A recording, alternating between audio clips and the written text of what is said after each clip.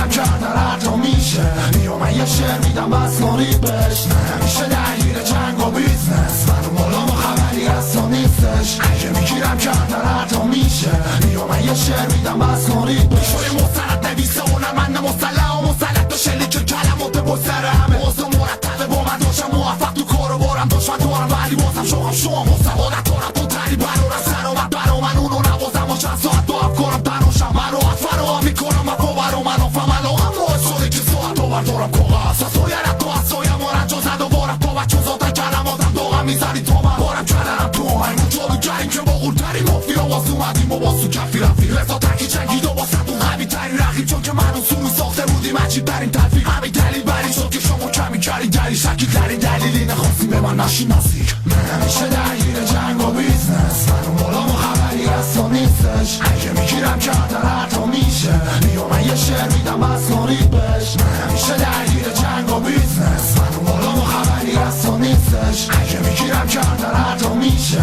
یا من یه شعر میدم بس کنید بهش که من میمونم مثل مراست بس تو بزن سمن اگه کلمات منو میشنوی برعکس تو دل هست کسی که بر علیه من همش خشو و پر میکنه گلوله و جذب طرف درک کسی که مبارزه کرد با قدر بودن من نه با گلولت نه با حرف همش شما یه جادوگر بالا سرتون میخواین من که ریخت و باشتون رو جمع کنه ولی کنف من که این مرد بالا سرتون واسارم بایده بعد و هر سال میام با انرژی تا نزنی غیر من این برف شدم وسط یه جنگل پرتو به کندن قلب مشغولم بعد شکستن قلب و میخوام باشه وسط میدونشم مجسم من آینده ای دارم که نمیشه مجسمش کرد من دنیا رو میخوام با همه خیابوناش اگه میخوای مثل من بشی پس سری بیا تو را نمیشه درگیر جنگ و بیزنس من بالا ما خبری از تو نیستش اگه میگیرم کردن حتی میشه یا من یه شعر میدم بس کنید بهش نمیشه درگیر جنگ و بیزنس من بالا ما خبری از تو نیستش اگه میگیرم کردن حتی میشه یا من یه شعر میدم بس کنید بهش چون دیره رضا مست و گیجه در کل این حرفم